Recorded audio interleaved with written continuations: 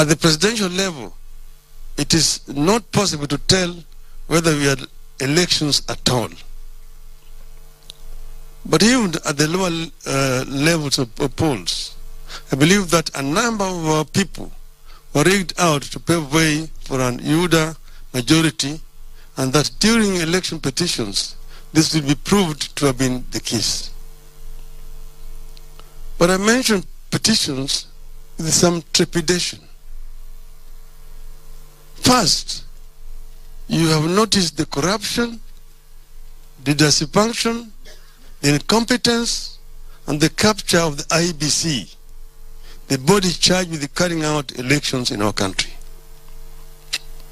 Secondly, you have noticed the attitude, the thuggery, the corruption, and the cynicism of the Supreme Court judges. The words that the Chief Justice used against us have never been used in our courts, even in the dark days of single-party rule and state capture of the judiciary.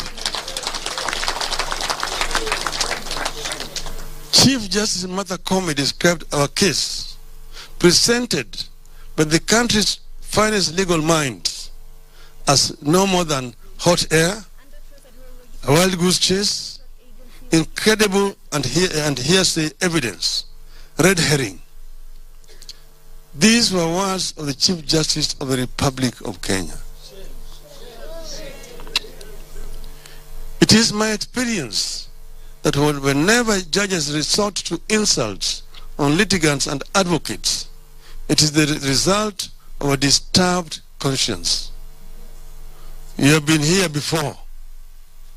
You have come from a judiciary that invested in threats and humiliation of litigants and advocates so that the country would not question them.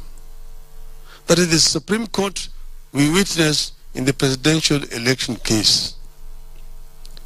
We also have come from a judiciary that invested in intimidation. Today, the Supreme Court is threatening those talking against the judgment in the presidential petition. According to Madam Martha Koome, that judgment is not supposed to be discussed by anyone, anywhere.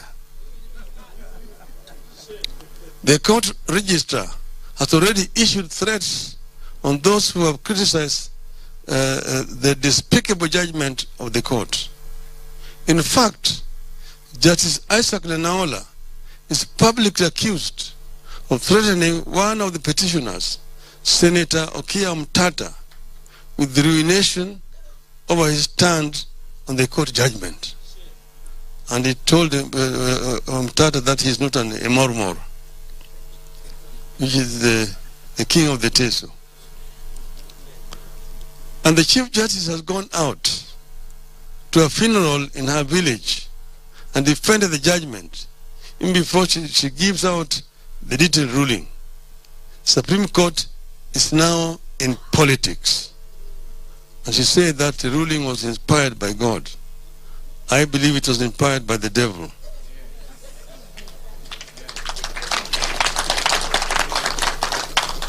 From our history as a country, we know this is an indication of a very disturbed conscience. It is the evidence of a court that sold its soul. The actions of the Chief Justice are clearly sycophantic. She has demeaned the dignity of the office of Chief Justice. In less than a year, she has destroyed what her predecessors achieved in 10 years.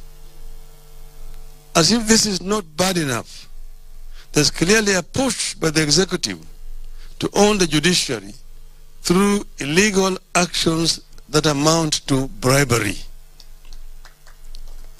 That is the reason for the rush to appoint 6 judges and to allocate money to the judiciary. That is the reason for the rush by the executive to allocate specific amount of money to the judiciary. Financial allocation to institutions and state agencies is done by Parliament based on a scrutiny of budget proposals presented